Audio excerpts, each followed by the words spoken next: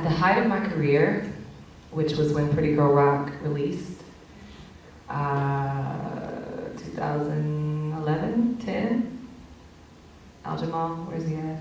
Somewhere around there. When Pretty Girl Rock was at the top of the charts, I was buried. I hope I can do this quickly.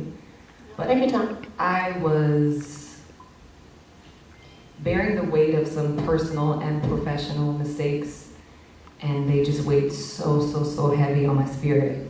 And I was just not myself. Although I was at the mountaintop of my life, really, the trajectory of my dream, I was at the pinnacle, you know.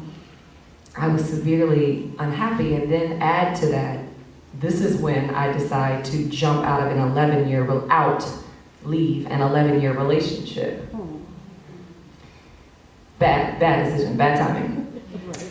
But it all just kind of spiraled for me and became something I had never been through. I had never recognized myself as a person who can't pick themselves back up. I mean, I was literally on stage crying. I was on tour. I remember being on tour. And did the people around you kind of know what was going on or had an idea? I think they knew when the breakup happened. Yes, they knew. Yes, that was clear. I was crying before stage. I was crying on stage. I was crying after stage. I was barely getting my makeup on through the tears, and barely keeping it on through the tears. And I remember just, you know, it was just dark. And so at the time I was on a European tour. And it just got to be too much. And I told how so, if you don't mind? I just couldn't handle it.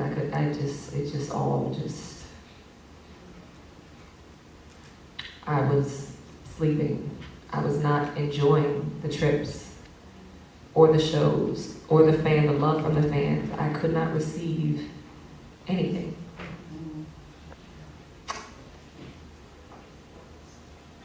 Take your time, sis. I understand. I've been there. Yeah. And so I told management that I need a year off. I need a hiatus. I was in that relationship from 17 to 28. Thank you. You know, I gotta stay pretty. That's right. That's right. We got you, girl. We got you. So, yeah, I just asked for a year off, and, you know, my management and just no one understood. Production, you know, Timbaland, this is kind of the moment Timbaland and I's relationship really changed. He didn't understand it. Although, when I first met him, I don't want to tell his story, but he was severely depressed after the death of Aaliyah, obviously. Yeah, right. And so, he credited me as being part of the reason that he got over his. Oh, wow. But, you know, I didn't feel the same understanding from him during this time. And so during that time, I only accepted trips that I felt would be most fulfilling. Shows that I felt would be most fulfilling. I didn't really do anything in the States. I just, you know, went to Africa, you know, cranked that up, and you know, China and Japan and Thailand and wherever my heart really truly desired to be. And I learned the importance of the word nah. Yeah. Absolutely. And if it, you know, I just went on a eat, pray, love. If life wasn't about music anymore, life wasn't about the charts or watching them, life wasn't about releasing music, shooting videos, writing songs, being in the studio, life was just about survival for me and just trying to find one smile a day if I could. Did you seek counseling or therapy at some point? I did. It took me a while to get there, but it was not until the anxiety reached a point. And that, like I said, that was new to me, and I just thought, I grew up in a Christian household, I was like, I'm gonna shake it off, I'm just gonna pray it away, like, what is, you know, this is spiritual. And it is, it can be, but yeah, I have a therapist in LA, I have a therapist in Atlanta, you know what I mean? Yes, a therapist. I made sure. I'm glad for that. I'm I'm the only one in my family, and friends probably, not friends, my friends are pretty, Thank you. Yeah, it's probably gonna be tearful.